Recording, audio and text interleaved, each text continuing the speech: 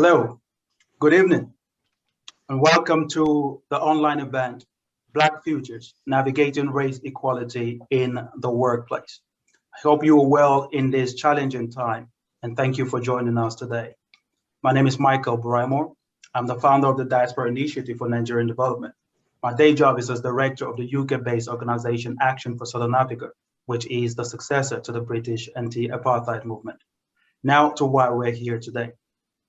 According to a new preliminary research from Glassdoor, overall, Black employees are less satisfied at work in comparison to all employees. The research is based on more than 187,000 employees across more than 3,300 companies in the US. Here in the UK, research conducted by Business in the Community showed that fewer Black employees feel included in their teams compared to white employees. So, what are some of the issues that cause dissatisfaction among many Black people in the workplace? And what are some of the ways in which some people are overcoming these? Of course, dissatisfaction isn't the experience of all Black people in the workplace, and the scale of the problem would differ from organization to organization.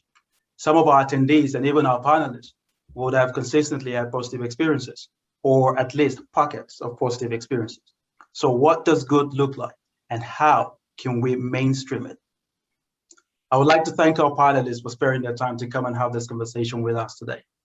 Our panelists today are Brenda King, who is the CEO of the award-winning African and Caribbean Diversity and a champion of diversity and inclusion in the UK and Europe. She was awarded an MBE by the Queen of England in 2004 for her services to UK's Black communities. Our second panelist today is Oluchi Ikechi, who is Managing Director, Partner, Business Restructuring and Innovation at Accenture UK. She's a vocal advocate, ambassador, and multiple business award winner for next generation leadership, innovation, and diversity and inclusion. Our third panelist is Amanda Nardi, Executive Director and Global Head of Client Data Governance at JP Morgan Asset Management. She is a co-chair of EMEA Bold, which is Black Organization for Leadership Development, and founding member of EMEA Black Leadership Firm. I should say that our speakers are all here in their personal capacities today, unless, of course, if they say otherwise. There will be no presentations made today, just a conversation about race in the workplace. So please note that any of our panelists could experience internet connection problems at any point. And if that happens, it may be necessary for them to exit the meeting and then rejoin. So please bear with us should that happen. During the event, you can send your questions by using the chat function, and I will put them through to our panel. It is our hope and our commitment to see discussions here today contribute to wider conversations about racial inequality or racial equality in the workplace. Now, let's begin the conversation. All right. Thank you very much for joining us again. That's to our panelists. Delighted to be here with all of you today. Let's talk about, after the sad event of George Floyd's death it kind of revealed the reality of the experiences of many Black people around the world, not only in the hands of law enforcement, but also in the world of work. And in many other areas where Black people have been relentlessly, pinned down by the metaphorical neck. Next week is, of course, the anniversary of George Floyd's death. What are your thoughts on how the now famous words, "I can't breathe," how can it be best applied? What are your thoughts on how that can be best applied in, to the experiences of some Black people, specifically in the world of work? Any one of you can start. Oh, okay. I'm Brenda. I'm happy to start, and I want to congratulate you, Michael, on organizing this event, and to remind everyone that in 48 days' time, on the 25th of May, will be the first anniversary of that awful event. Now, what does it mean, I guess, for us in the workplace? I think one of the things, and it's a really, what to say, I think it's quite traumatic that it's such an event that's made it possible for us to talk about race equality in the workplace. which is very important. But also, I think, at least in the UK, we have been able to talk about the different experiences from different groups. So, because in the UK, we used to be known as BAME, Black, Asian, and minority ethnic. And so as Black employees, Black people in the workplace, we have been able to say that sometimes our experiences may be different from Asian colleagues or minority ethnic colleagues. So I think in the overall, in the past year, we've been able to discuss the topic. It's somehow created the space for us to discuss the topic more. And I don't know if the others have found that. Yeah, I can add to that. So in my experience, and I can't breathe for me should really be a mantra of oppression, because I think that a lot of Black people in especially in corporate environments, have always sort of had that feeling that they can't necessarily breathe and bring their true self to work. So with what happened with George Floyd, what I noticed is that we all felt a little bit more empowered to speak more about what's happening. Previously, you don't want to be seen as the Black one, you just want to be seen as Amanda Nate, good worker, getting things done. So you never really want to bring too much attention to your race, right? But with what happened last year, everybody felt like we can actually talk. And it was really, in one sense, it was cathartic because it was a lot of shared experiences. But we also need to be mindful that it is trauma, right? It is very traumatic for a lot of us. And for me, I've been in the industry for, I'll give my age right now, but close to 20 years, right? And so there's a lot of things that happened early on in my career that I put to the back of my mind, but then it all came back up last year. So definitely this expression of I can't breathe really, what he said hit home in so many different ways. Yeah. Oh, yeah. I concur. There's not much to add differently, but I concur, particularly with the last words of Amanda. I think it was definitely an opening and a release for our community to be able to actually speak, as Amanda, you were saying, speak their real feelings. And actually, I think it gave anyone, no matter your ethnicity, the ability to actually just be a little bit more vulnerable. So I think in terms of your question, in terms of how can that experience then be applied to our experience going forwards, I think it's the need that we have to use this continuously to speak up when there are things that happen that are not right. We need to speak up. We need to speak up about when we potentially do not feel included. That behaviour needs to be brought to other people's attention.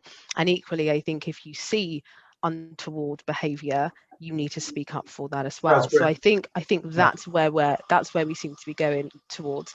I do just want to make another point about. We've talked about race. We've used the word race a number of times. And I just want to be clear that for me, when I think of race, we are one human race, and it's race equality, but it's the fact that we have lots of different ethnicities, not many different races. And I think we use this term so interchangeably nowadays that we've actually lost the sense that we are one human race.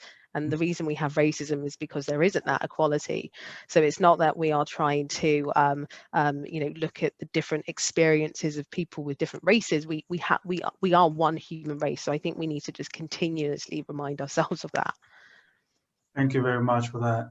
So yeah, many companies, right, organizations, or since the death of George Floyd, have upped their game. They've started doing things they weren't doing before, and doing more of the things they were doing before to try and bring about equality. What are some of the encouraging development that you are seeing out there currently? as far as efforts to redress these issues, the issue of race inequality in the workplace is concerned? Any one of you can go. Yeah, I'll put a few words on this.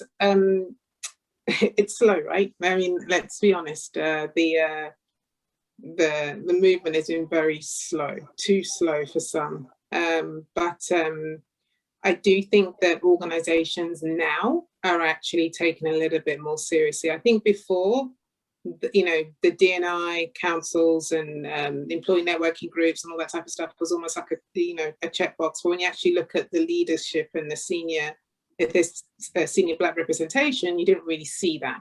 Whereas now, what I'm seeing, and certainly within my organisation, is really around, okay, what is our slate looking like? What are the numbers? We need to get the numbers by X amount. You know, that we've now got the race charter that people are signing up to. So I do think that because of data and statistics and what was done for the gender, charter, we're learning from that and then applying it to the ethnicity piece. So I would say that progress is there, but it is very, very slow.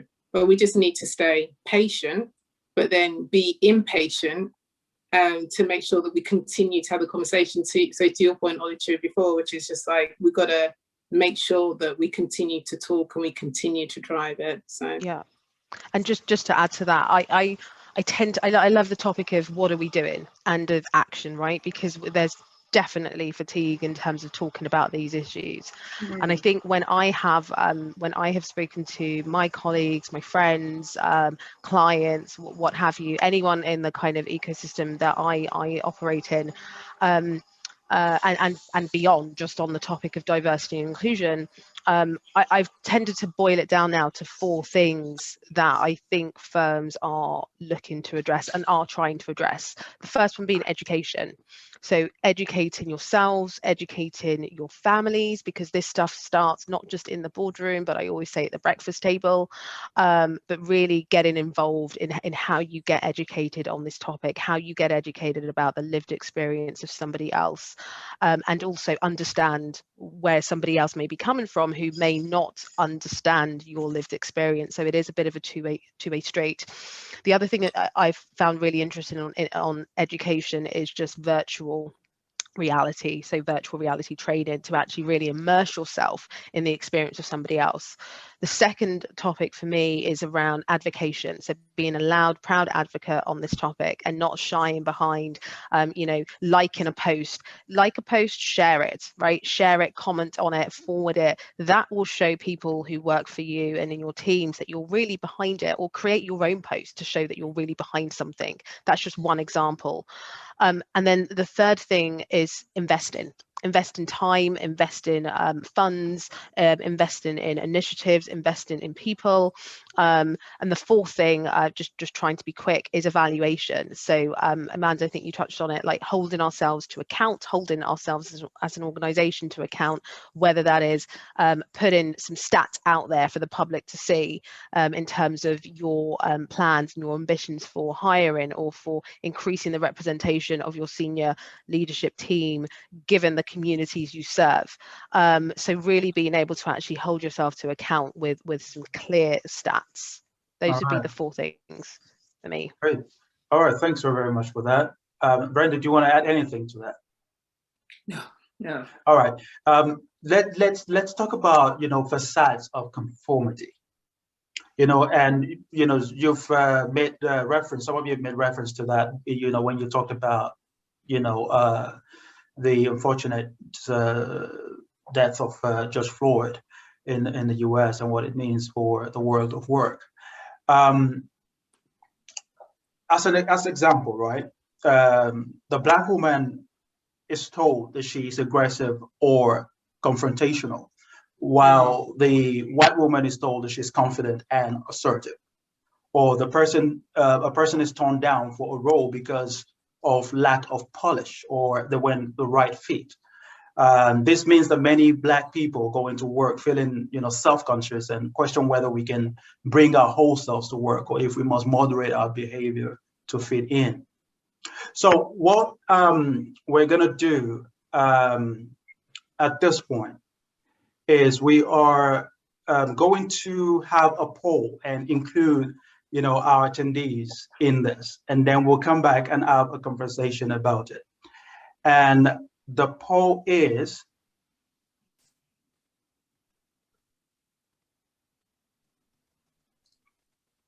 hold on a minute. Okay. All right, so I'm launching a poll now, and all our attendees, if you could just, you know, select whatever your response will be. The polls are completely anonymous, so we won't know who's answered what. But we just want to know, have you experienced any of the following in the workplace? You can select all three if all three apply. Overt pressure to present yourself in a way unnatural to you. You know, any covert pressure to present yourself in a way that's unnatural to you, or you've made personal decisions without pressure to present yourself in a way that's unnatural to you to fit in and be accepted. I'll just give it a few seconds.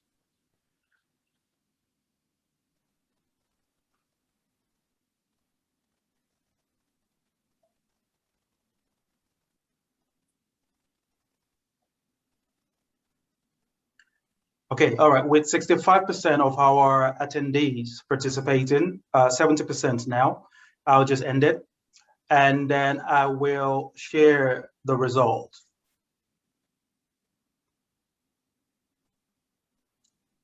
Okay, look at that. So 64% of our attendees today said they've made personal decisions without pressure to present themselves in ways that are unnatural to them to fit in and be accepted. You know, 57% agree that they've been covertly pressured to present themselves in ways that are unnatural to them, and 29% overtly so. Let's go to our panelists and hear your thoughts on this concept of facades of conformity. Let's start with you, Brenda, actually, because I'm happy to start. I mean, one way that you do see it is name is something that drives me crazy. So I remember the team, his name is Deba. Deba is not a difficult name, but he will say, oh, if you feel more comfortable, you can call me Dave. Why would I call you Dave if your name is Deba? You know, it's one of those things, at least in the UK, in a UK setting, that I find where people do conform. And as you say, I run an educational charity, and I give this story because at the time, I mean, it's so ridiculous. This young man had joined the program, age 14. His name was Tony when I recruited him from the school. 2 years into the program, we're having a workshop, and he comes to me and he says to me, my name isn't Tony. I said, how do you mean your name isn't Tony? I went to your school, we called to. He said, my name is Tayo. And I said, well, why on earth do you call yourself Tony if you're Tayo? And I'll tell you why. Because at primary school, his teacher said she couldn't pronounce his name, so she would name him Tony. And so he called himself Tony. And then even his mother calls him Tony. And he preferred to be, so, I mean, we did this big thing among the group of young people in, helping him to recapture his name. And I said to him, the next time someone says your name is difficult to pronounce, just say it is it's Tayo, yeah, 2 syllables. Tie, as in a tie around your neck, and yo, like yo-yo. So Tayo, I mean, it's not difficult. So, but I find, so it's very surprising in the workplace. I mean, this is across a lot of ethnicities that people do it. You know, it's not just people with their African names, it's Japanese people, people from various Asian countries. And I think that's one area where people, conform. And it must be very difficult, especially when your mother starts calling you by the name your primary school teacher decides to give you. Yeah. Because that's taken away your identity, right? That is your name, that's your birthright. So for you to change your name, I think it does something like deep inside that people don't even realize, because straight away you're denying who you are as a person just to fit in. It's quite sad, yeah. Has any of you had experiences of this? Has anything happened to you? So similar experience for me actually. So some people will call me Oluchi, and I laughed at the beginning, Michael, when it was just us, and you pronounced my name very well. And some people call me Ollie. Yeah, bravo. Some people call me Ollie, and Ollie's a short form, and that took probably when I was at university, just before when I was at university. And I was doing work experience, and it was similar. People, I don't even know how it started, but someone just said, "Oh, it's Ollie. It's just easier to call you Ollie," and it kind of stuck from there. But I think for me, I am very happy using either name. So for me, it doesn't. I don't see it as a strip of my identity, because I'm very proud of my identity. But I think that was a separate journey anyway, right?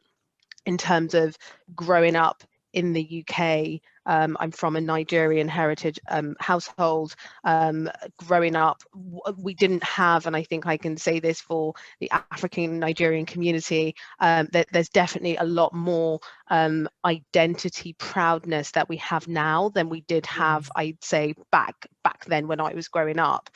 So for me at this stage, I can walk into a room as a Black female and announce myself as Oluchi or Ollie. I don't mind, because I know my identity and who I am. But I think in the case, Brenda, that you've just mentioned, it is a really sad story that you just conform if you're not happy with that.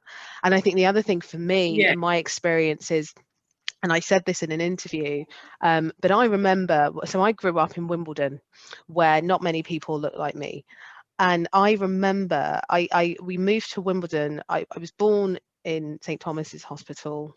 We lived in Brixton, and I moved to Wimbledon when I was, I think I was probably about 4.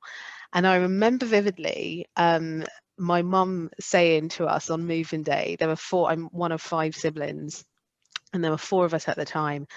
And I remember mum saying to us in the car, "Shh, don't tell anyone we came from Brixton," right? So I realised from day one that I would need to fit in. And I think growing up, I was always taught and told you have to work harder than your peers, etc., because life isn't always fair. Work harder. Don't wait for your teacher to teach you. So that influenced me to the point where that became the kind of mantra for me, as opposed to my name. It was very much kind of built into us that we had to fit in, and the world isn't fair. So I think if you've had that kind of that kind of drilled into you in your upbringing, then it makes how you see the workplace when you get into the workplace quite a different experience, which I think was somewhat easier in terms of fitting in, right? So it really saddens me when I see, and I have seen, because I speak to people always, that people feel that they cannot bring themselves to work. I had to learn early on to fit in, but that also made me learn to be myself and also fit in, if that makes sense. So a bit of a mixed experience for me.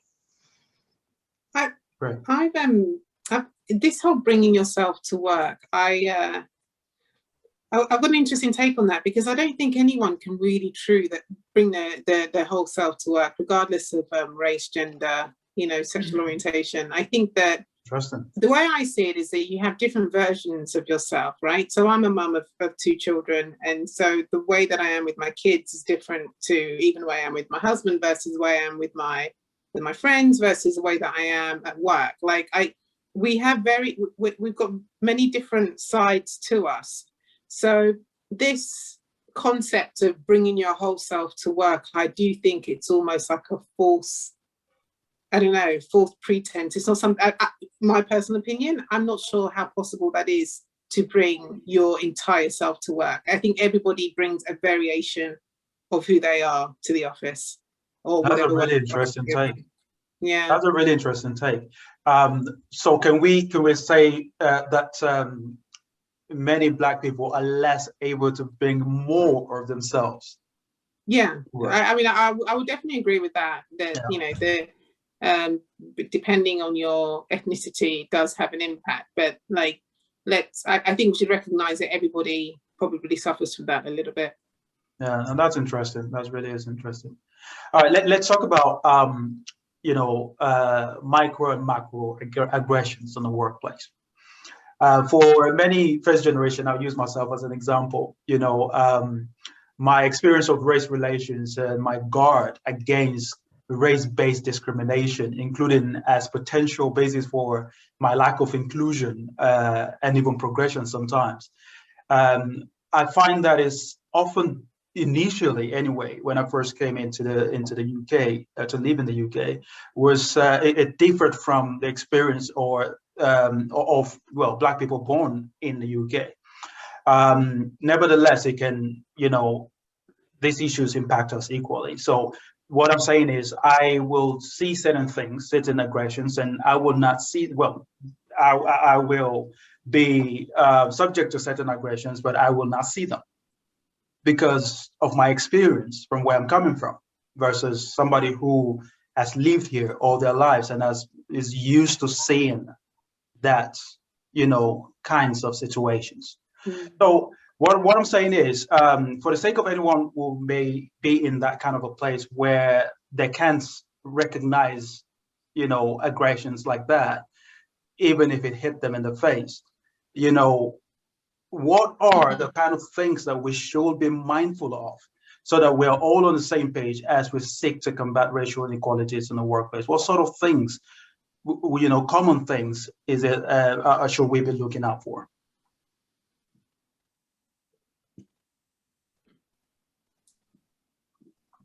Anybody want us to go first? Okay.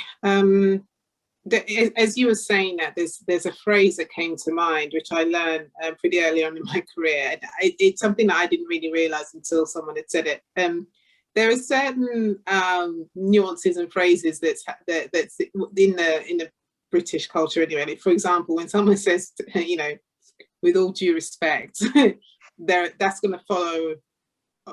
An insult's going to follow afterwards, so there's those kind of nuances. I think people from from back home may not pick up on that, so that type of thing. It's really subtle. It's so subtle that it's quite hard, I think, to your point. Those sort of things, like I agree with you up to a point before. Yeah, so it's very subtle. Yes. It's very subtle.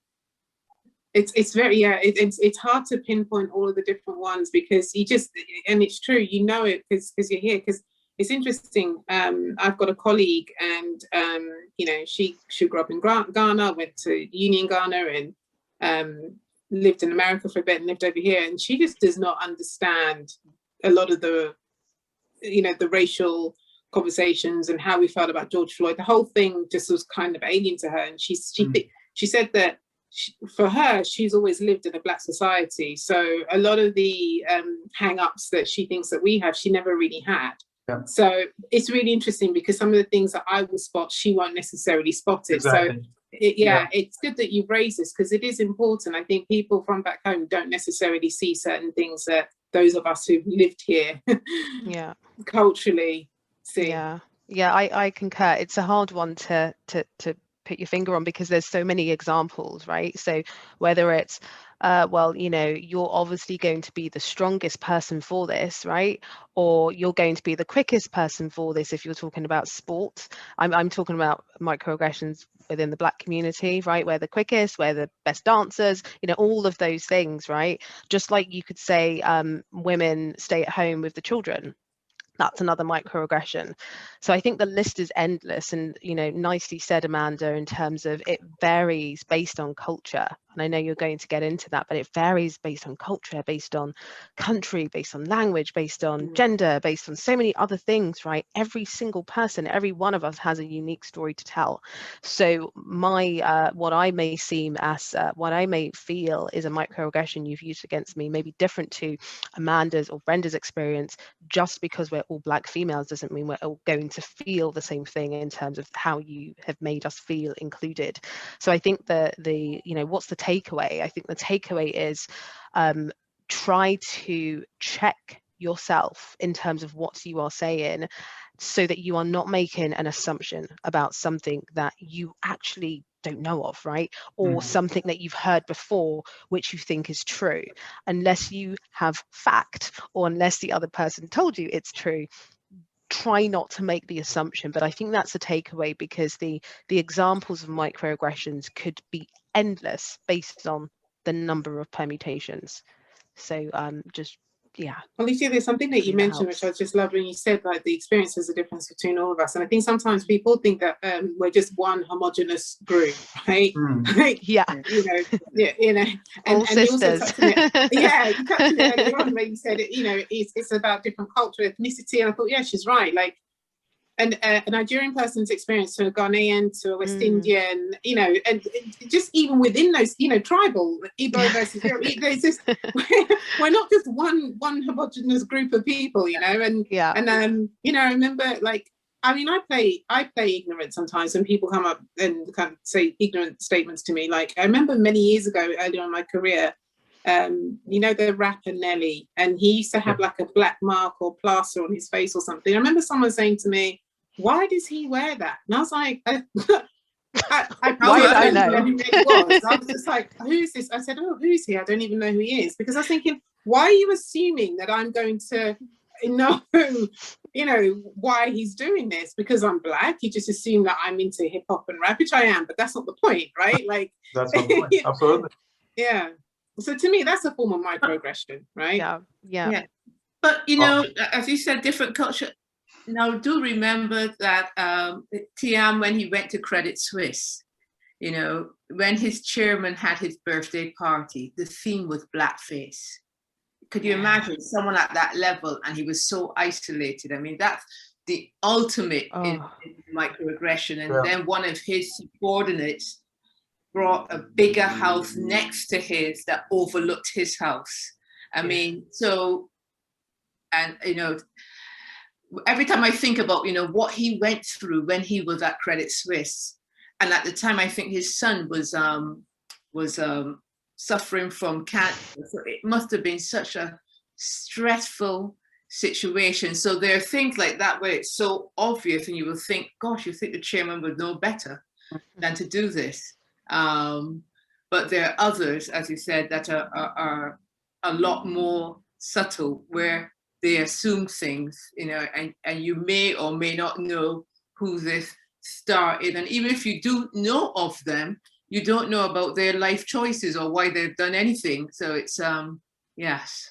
But but it can be to the extent where it can, have a huge impact on you. Thank you very much for that. Thank you very much for that. We're going to have take another poll, and then we'll have a discussion after that. But first, I want to describe something, and this is a true life experience of someone close to me. A Black person sat on an interview panel with a white person, right? After the interviews, the white person said the much more experienced Black candidate was too passionate, and she was inclined to give the job to the far less experienced and knowledgeable candidate because she felt that person, would be a better fit and learn quickly. If you witness, now I'm going to run this poll now, and I just want to know the, thought of our attendees today. If you witness another Black person being subjected to what you suspect of micro behaviors and judgment based on bias, will you feel comfortable challenging it? If so, how? I'm going to launch the poll now. If you just please respond to that. Again, the responses are anonymous. I'll just give it a few seconds.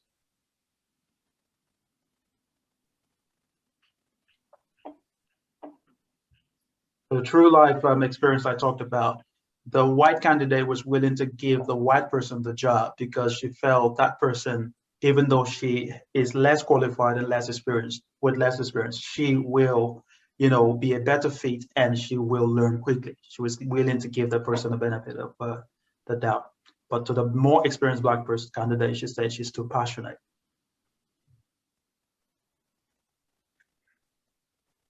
All right, with 80%, 85% of our attendees responding now, I'll just end the poll and then I'll share the results and we can talk about it.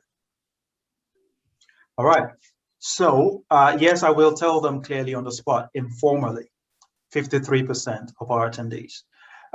Yes, but I will address it through a formal route, for example, human resources, 18% of our attendees today, and then 24% said, no, I won't feel comfortable challenging it at all.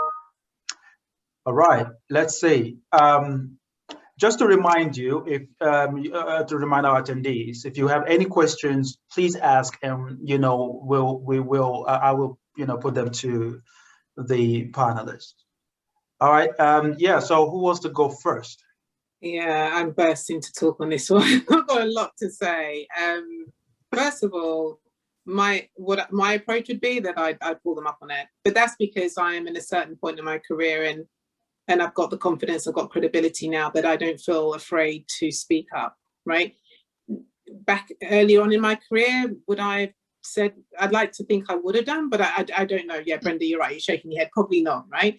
But I definitely think that especially now in this environment, it is our duty, our responsibility to bring people up. Any Black person that is in a senior position and they are not doing anything to help other Black people within the firm, whether it's mentoring, whether it's sponsorship, whether it's advocacy, quite frankly, should be ashamed of themselves. Because as far as I'm concerned, when we all know how difficult it's been to get to where we are, right? We've all had hurdles and challenges along the way. If we can make the path just a little bit easier for those that are coming behind us, then we should. And I'm not saying that you just, you advocate for people just because they're Black, but if they're talented and that, they need to be given the opportunity, then you absolutely, in my view, it is our responsibility to open those doors and clear the pathway for the next generation to come up. Absolutely. Absolutely. Okay, real life example. So just before the pandemic, this was, I think, the very beginning of 2020, I was working on a very intricate proposal with a group of people at work. And we were around the table and we had, there was a fellow colleague of mine, so another partner, another managing director partner, and in fact, two managing director partners, one of whom was a white man, one of whom is an Asian man. And then at the table also with us was a junior, one of our junior resources, and he was also an Asian man. And we were working together on this, as I say, on this proposal. We had more of our leadership team colleagues in another room, which was our kind of like war room, and we were working on something at the table. And then what we wanted to do was go back inside the room and kind of talk through where we had got to and what we had come up with. And there was no aspects of, let's say, hierarchy. Everyone was just working together, including the junior at the table. And it was meant as a joke because this guy is very, very funny. So I know it was meant as a joke, but it was just very inappropriate what he said. And he said, I will go and take it to, so we'd finished kind of collating all of our thoughts together at the table. We were ready to now go inside and kind of say, hey, this is where we've got to on X. And he said, the white man this is, I will take this in and present it back because I'm the poshest. And the other people, the other folk in the room were also white men. So there was such a connotation. I was outraged, firstly, at the statement. And not necessarily for me, because I can take his banter, what he was calling banter, but for the, and there was my other colleague next to me, but it was more so for the junior who was at the table, who heard a managing director, senior professional say, really the message that was relayed in my mind was, if you don't speak like me, then you can't go and present to another group of senior white men. Well, I won't swear, but I was absolutely outraged hearing that, and I called him up on the spot at the table in front of everyone and then talked to him alone as well. But I wanted to make it clear to my junior that that is not how we conduct business. That is not how we represent ourselves. And he's a great resource as well, was the other thing. And I don't care where you're from, what your background is, how you speak, what you look like, whatever. If you can generate results, if you can do what we need you to do, then please, you are welcome and you must be included. And it was really important for me to make sure that he heard that. And then I had a separate conversation with my colleague. I didn't report it any further because I felt peer to peer, he had really received my message, and actually he's since left the firm. So I'm curious, were you a lone voice in that situation, or did the other sort of white males? So the other white men, so at the table where this was in earshot, it was only myself, two other partners. So one was an Asian man and the white man who had actually made the statement, and then the junior right. Asian guy as well. So actually the other people that we were going to speak to were in a different room. They couldn't hear. But I reacted, and the chap, the Asian partner MD, he didn't exactly chirp in and add any points to what I said, but he was nodding at what I was saying in terms of like nodding with agreement. But again, I guess for him, he wasn't expecting me to react or say anything, so maybe he felt a bit awkward, because I think again, had this been June, right, 2020, firstly, I don't think he would have said it, but I think there would have been a little bit more, okay, I'm going to talk, I'm going to speak. But this was, this was when, this was in the pre-COVID era, right? Of the pre-George Floyd era, which feels like an era of just this eruption that we've had of our voice. But I was just so outraged, and I felt I had to say something, more so for my my resource who was at the table. But as I say, he's since left the firm. Oh, that's interesting. Thank you. Thanks for sharing that. Wow. Anybody Brenda, do you want to add anything to that? Yes, it's something that that I found curious for a long while, and I like you said one of the solution is virtual realities. You have other people's perspective, but it's interesting when a white person goes for a job, especially a white male. They're not qualified, they don't have the qualifications, but the people doing the interview could see the potential. I'm always, because I worked as an assessor for in the 90s, and it's something that so they see that person, they don't have the qualification, but they can see the potential, and they can see this person doing well in the job with a bit of coaching, etc. Whereas with with other ethnicities who are well qualified, etc., they see drawbacks. So either you're too passionate, or you're not maintaining the eye contact, and it's one of those things that I find curious, and I don't know if it's the case that this person, when they see that young white male or young or the white female, if they see a version of themselves in that person, where so we are at a disadvantage because they don't see the potential in ourselves. But it's one of those life curiosities that I have noticed over the years. Yeah, it's interesting, isn't it? Generally, we all, whatever our race or ethnicity, we tend to, recruit in our image if we don't do something deliberate to try and change that. But more so when these racial issues are at play. All right, we've got some questions. Before you move on, sorry. So are we allowed to ask what your friend did? What was this? Yeah, what did they do in the end?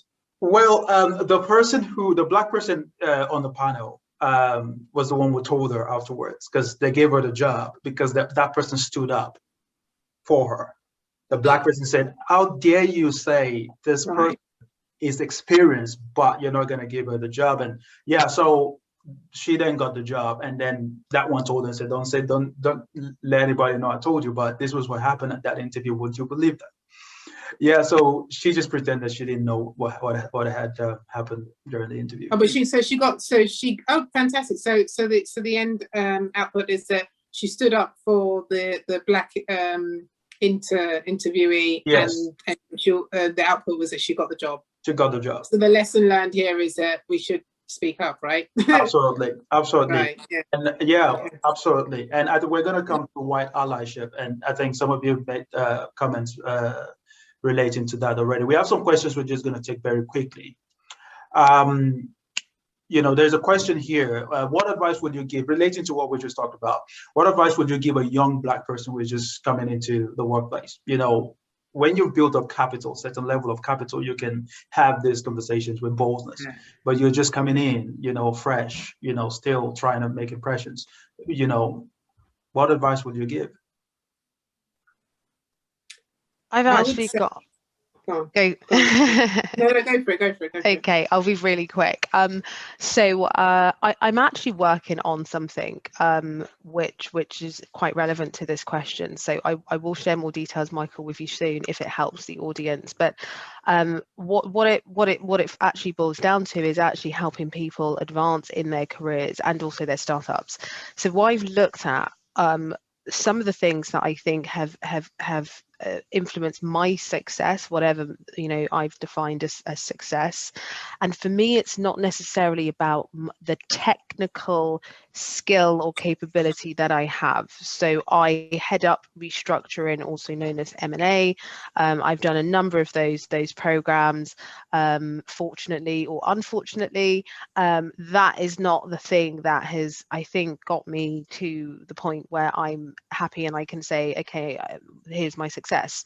For me, I think it's much softer skills, and that I don't use the word softer to devalue it, but it's things like mindsets, right? Having belief in yourself, having belief that you can change the world is the first step to changing it. Having belief that you can be in a senior position is the first step to actually get into that senior position, despite not seeing anybody who looks like you, right? So mindset is crucial when you're starting out. The second thing for me is brand. So understanding what your brand is, what your niche is, and then the third thing really quickly is storytelling. So the ability to actually articulate a brand to other people, because a lot of the times, right, in my role, the other thing that I look at Accenture is I make the decisions around promotion readiness, who gets promoted, remuneration, etc., for a group of people in our organization. And when it comes to promotion time, some people will say, hey, I want to get promoted.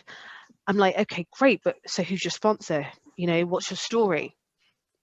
You know, blank face, right? So really understanding what is it that makes you you, and why should somebody invest and back that, right? What have the outcomes been that you have worked on, and making sure that even if you believe you are the best salesperson or the best person in whatever it is in finance, do other people know that? Right. And it goes back to a point we mentioned earlier around kind of advocating. You know, who is your sponsor? Who is the person who's going to be telling your story when you're not able to tell your story? So all of that stuff is important. And the fourth thing for me is just orchestration. It's hygiene factors. It's you know, it's being able to pull all of these different things together, being able to operate effectively. But as I say, I'm actually working on something, and yeah, would love to share it with your audience, Michael, so I can share some more details with you later. Thank you very much. Maybe we'll put another event together. Sure. Yeah, Amanda, sorry, I did say I would be quick, but I don't think I was that quick. Yeah, Amanda, Brenda, anything you want to add? Amanda, you want to go first? Yeah, sure. I'll just in fact, yeah, Oluchi, everything you said is absolutely spot on. 100% agree with all of that. And I think that it's not just about technical skills; it is the softer skills. Just to add, I always boil it down to sort of three key parts, which is kind of keeping in line with what you said. So I call it the 3 Ps. So one is really around performance, right? So you've got to be able to perform, you know, do your job well, you've got to execute, right? Ultimately, you've got to be good at your job. And the other is around perception. So who knows you, What's your branding like you said, who's your advocate? Who, you know, what do people say about you when you're not in the room? Yeah. You know, you got to really think about that. How do you present yourself? And then the other piece is around profile. So as I said before, like networking, like we talk about networking all the time and people really don't understand this. And I do want to sort of mention this because I know a lot of people are calling from Africa or wherever. I think that people that are brought up here are a bit better with the whole networking and understanding how to navigate. But I always find that those in my experience, those that have come from, you know, from the West Indies or from Africa, they struggle in that regard. They think that they're going to basically just sit in the corner, work really, really hard, and someone's going to notice them. And I do a lot of coaching and mentoring. I always say, that's not going to work. You can work as hard as you want. If no one knows you, forget about it. You will just be a safe pair of hands, and you'll forever be a safe pair of hands. You'll never be someone that's actually going to progress. So you need to go out of your way to get sponsors and advocates, and, you know, put your hand up for projects and let people, you know, put yourself out there. So I think people need to really focus on that, on their profile. And that's it. Thank you. I want to say, because what you both said is correct. And I think the other thing is perseverance. And I'll give an example. When I was with this EU institution, there was a position coming up. There's a EU, there's a committee between the EU and Africa, Caribbean, Pacific countries. And I wanted to get onto that committee. And so I invited, and it's usually French or British person who chaired that committee. So I took this British person, invited him to lunch, you know, for him, you know, to let him know I'm interested in what needs to be done, you know, to get onto this committee. And I forget. So I'm paying for lunch. I invite him to lunch, and I tell him, you know, at the outset, so we can have this conversation. And you know what he says to me? He said, "You? Oh no, I don't think you know. I don't think you're good enough to be on that committee." So this is at the start of lunch. So I had to get through lunch that I'm paying for with that put down. However, I was working with a French colleague, etc., working with him with this difficult project. And he said, and I will never forget, he said to me, "You know, I really want to thank you for what you've done. Is there anything that you're interested in?" And I said, I would really like to get, this was about a year and a half, 2 years later, I would really like to get onto this EU ACP committee. He said, "Done." I mean, I was shocked how fast that was. So it's the thing about, you know, having a reputation, working hard, networking, but also when you get a setback, you know, you may be disappointed, but, you know, just put it to one side and just keep going.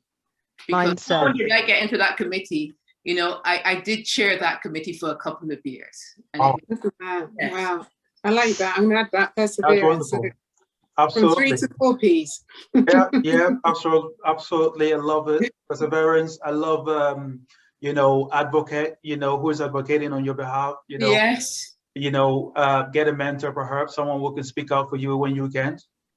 You know, that's wonderful. Thank you very much. But there's a difference though, right, Michael, between mentoring and sponsorship. And I do want to quickly just mention that. Like, people talk about mentors, and I hear a lot of people in the industry talk about, "Oh, I've got a mentor." That a mentor is someone that's going to, you know, guide you and give you advice. A sponsor is actually going to make a difference to your career. So people really need to understand the difference between a mentor and a sponsor. What a lot of Black people need is a sponsor, right? You need someone who's in a position of power that can open up doors for you, that can, you know, mention your name in certain circles and certain, you know, rooms. So when we're thinking about that, people who are going to guide us, try and think from a sponsorship perspective. That's great. Yes. Yeah. Thank you very much for that. Yeah. Thank you. All right. We've got a question. I'll just put it to you, and if anyone can answer it, that'll be great. Someone says, "I wanted to ask about statistics." One of the panelists said something about statistics. How would you address this issue of statistics to show the importance of representation? Any good websites? Does anyone have anything to say to that? How would you address the issue of statistics to show the importance of representation? Well, I mean, so a lot of businesses are data driven, right? Like, if you can show the data of, you know, why it's important to have like different ethnicities, and you're able to show where we are, based on, on the UK standards, for example. I think that'd be helpful. One of the things I do want to call out though is that in EMEA, it's actually very difficult to get stats on ethnicity. Like legally, we're not really allowed to. Whereas in the US, I think it's a lot easier in that you can publish stats on ethnicity. I know this because as part of being the Bold EMEA co-chair, we're trying to get stats so that we can say to our, to our senior managers, did you know you've got X amount of associates versus VPs versus, EDs, and, X amount of white, X amount of black, but we're not actually able to get those stats. So it's really challenging at the minute. Okay, no, thanks for that. Thanks for that. We'll just move on to the next question now.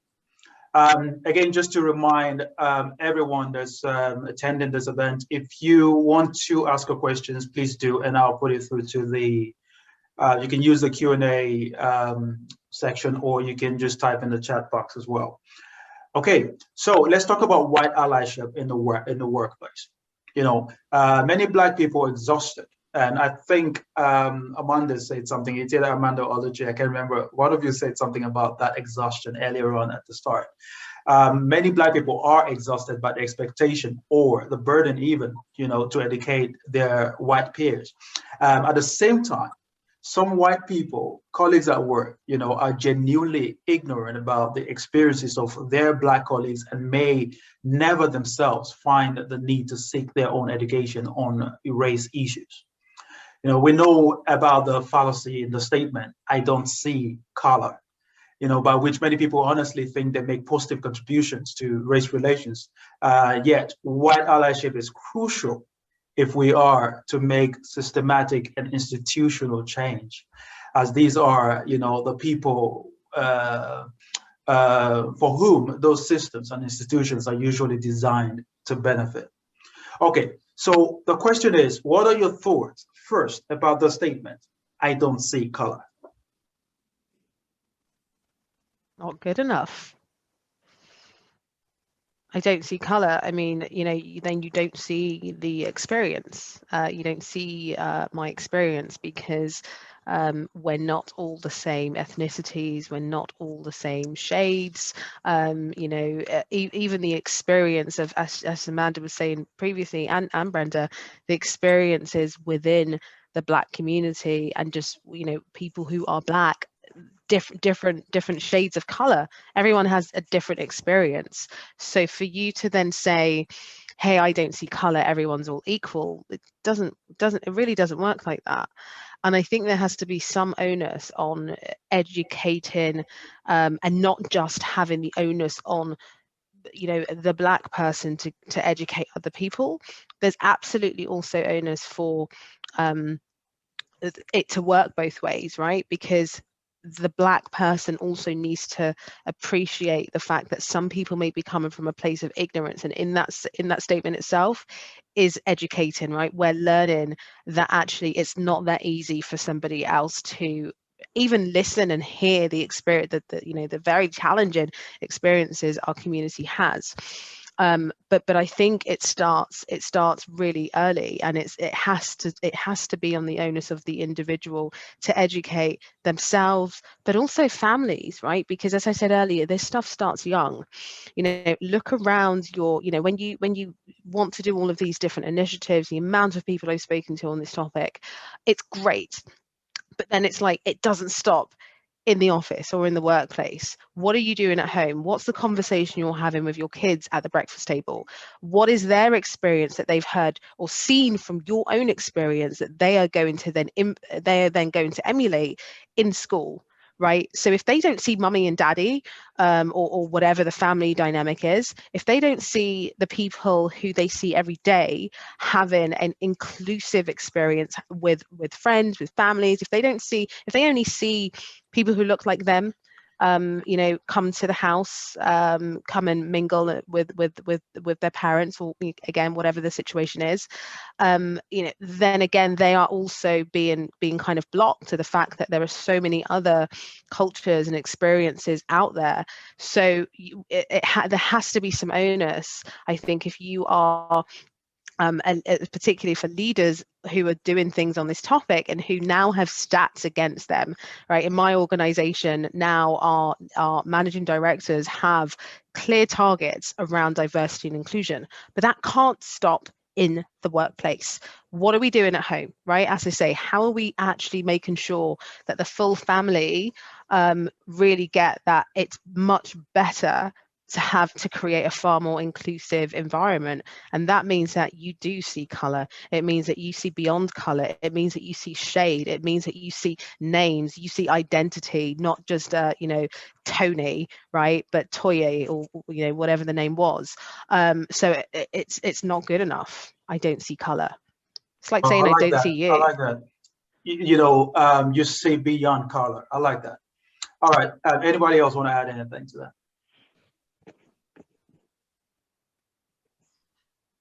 I think she said it all. Yeah, she said it very well. Yeah, she said it all. She said it all. Okay. Yeah. All right. That's great. I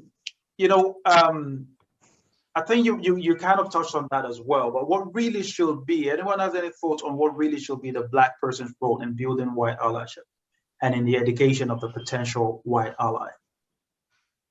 Okay, so I don't. Sorry, go ahead, Anna. No, Brenda, go for it. Go. No, I was saying, you read, sometimes you don't know what they don't know, and there's so much resource for them to read up and learn. I mean, if they have questions after doing their own research, I think, that is really showing allyship. I give an example, when in the EU, when the newer member states came in, I remember a fellow was asking me why I was so radical. And I asked him, why did he think I was so radical? And it was my hair. Because he associated my hair with Angela Davis. Interesting. So I explained to him that, this is how my hair grows out of my head, and he's asking the wrong question. I said to him, the question you should be asking, because it's 2004, is Condoleezza Rice. I said to him, the question you should be asking is, how does Condoleezza Rice get her hair looking like that instead of looking like my hair? And that was a good discussion. I was glad he answered the question, but interesting that he thought that my hairstyle meant that I was radical. So yes, you want allyship, but you don't know what. I guess we need to have a dialogue, because you're never sure what people are thinking. Wow, that's interesting. Thanks for sharing that. Yeah. One thing I just want to add to that is that I think one thing Black people shouldn't do is be the ones to sort of lead those allyship conversations, right? Like it's not incumbent on me to go and figure it out. You go figure it out.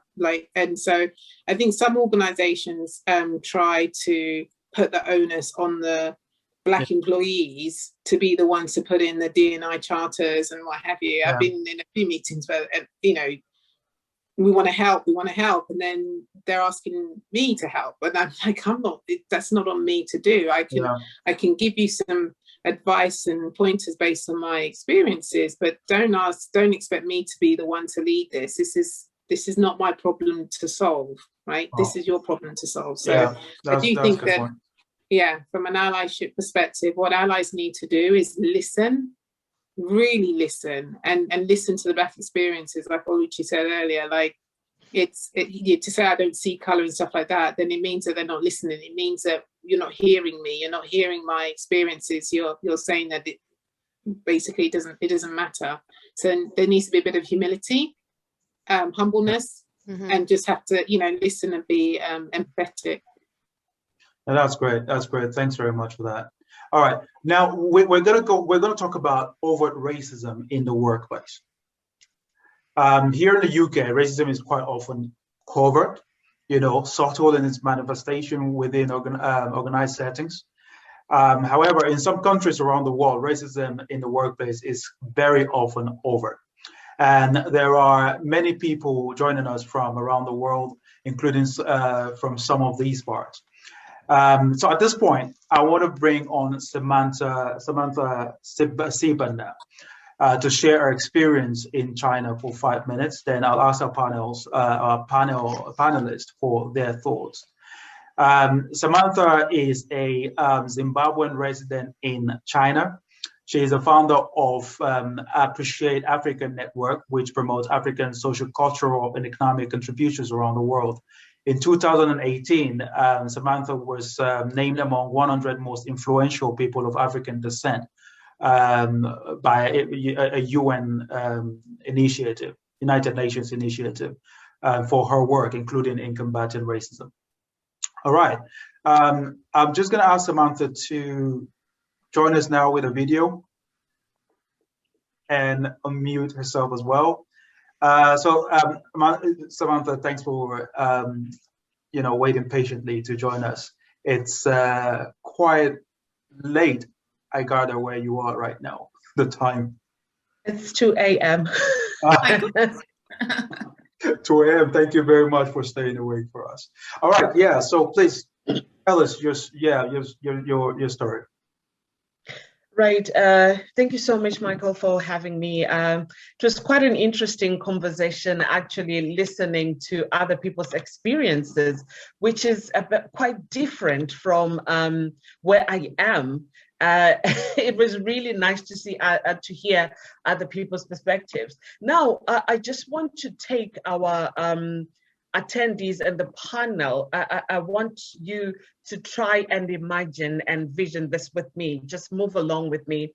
Imagine coming into a country whereby people, when they look at you as a Black person, let me even say an African for that matter, they look at you as someone that, that African, they see those African with flies all over their mouths, Africans who are poor, Africans who are not educated, Africans, they think we live in a jungle. They think all Africans, we kind of like, I think the picture of the donors, the ones the donors use when they are looking for money.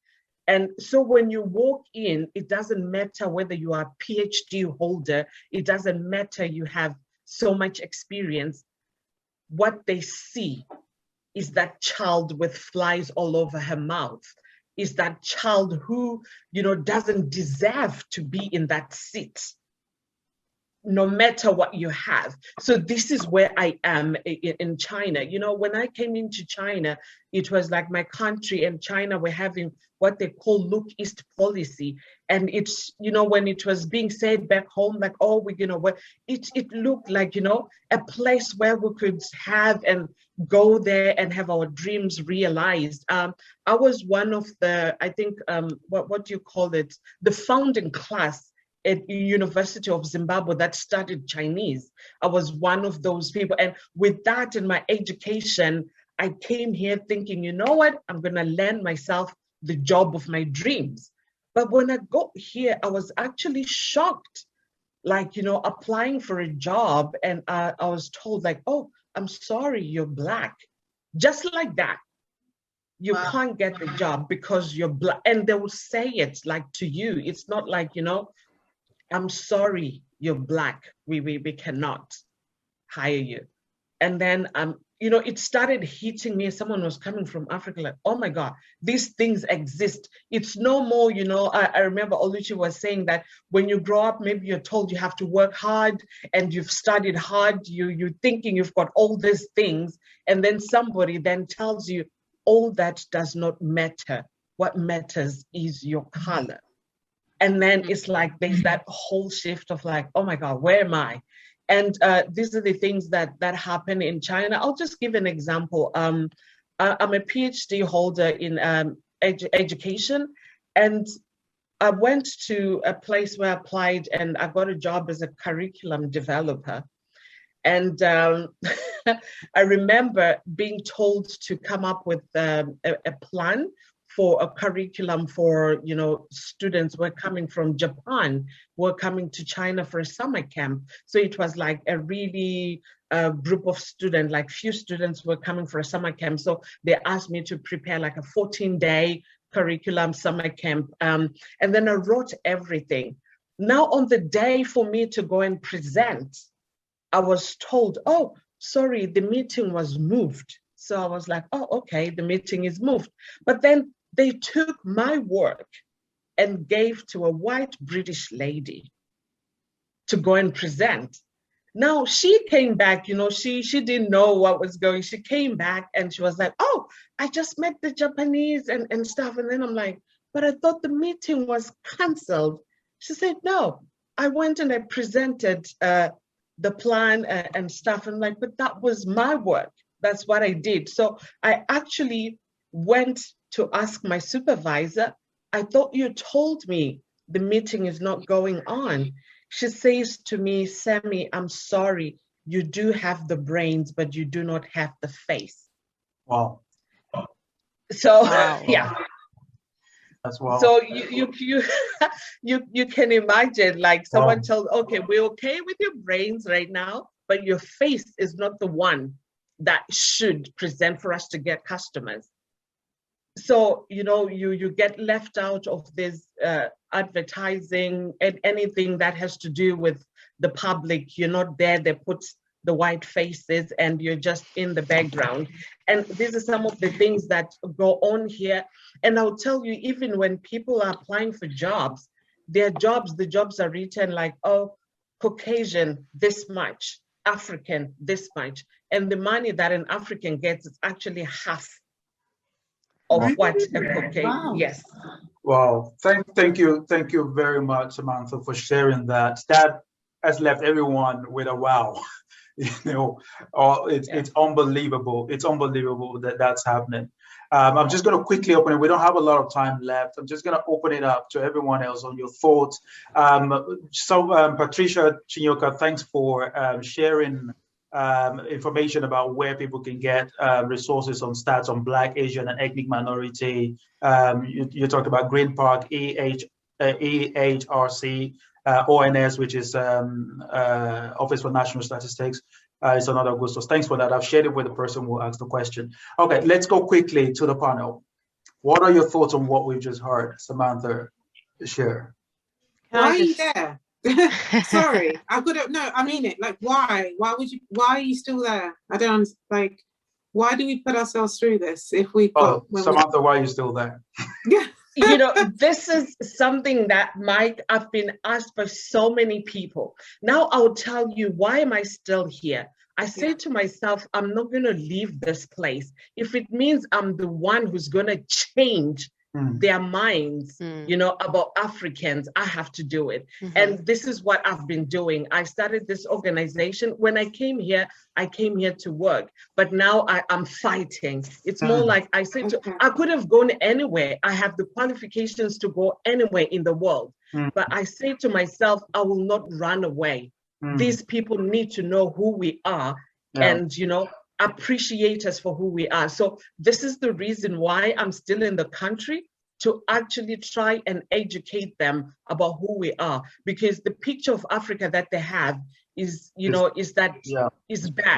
And so I'm trying to show the other side of Africa they've never seen, or never heard of. That's why I'm still here. That makes sense. So the mission has changed now from just getting a job to actually changing hearts and minds as much as you can. Okay. It's incredible. That's great. I just have to say it's incredible. And I'm actually moving to Singapore. We are moving to Singapore in the summer, just after the summer. So Samantha, let's definitely connect, because I'm ready for this journey, knowing that clearly the situation is different. You know, I think it's going to be more tame in Singapore than it is in China, or which I visited, or Japan, for example. However, I'm conscious that I am already in a senior profile as a Black female, and I don't think I would be going if I wasn't already, because I think it will be easier to land there, and then hopefully, similar to you, listening to this discussion, we've had a very insular view, because I think the minute you add on diversity and inclusion in other continents beyond the Western world, the dynamic is so different, right? And I think there's a whole heap. You said that you're from Zimbabwe. right. So I've got friends who are from Zimbabwe. I visited South Africa very recently, and there's so much work that needs to happen on the continent, right? In terms of just still segregation, like blatant segregation. So I think this topic that Samantha has introduced right now, in terms of the experience in Africa and in Asia, is hugely important, because all the work we do is very much geared towards the Western world. We have all of these committees, all of these boards, all of these things. It's so far behind elsewhere. And similar to you, Samantha, I'm on a bit of a mission as well. And I've spoken with my husband, and my view is, when I go out there, I really want to be part of some form of change. So yeah, let's connect. Good, Crusaders. That's wonderful. That's wonderful. Crusaders, yeah. All right. We have run out of time, I'm afraid. We've had really, really, fascinating conversation. I'm really glad that we put this event together. Thank you very, very much for joining us. I sincerely thank all our panelists for such a delightful conversation. I thank everyone. Thank you, Samantha, for joining us. You've added, real quality to the event. Thank everyone who's attended today. I encourage you to share the videos from this event as widely as you can, to bring the information to as many people as possible. The videos will be available on our website, on the DANE website, Diaspora Initiative for Nigerian Development, which is dane-global.org. Please complete the short survey at the end of this event to help us improve future events. Thank you again, and good night, everyone. Thank you. Thanks.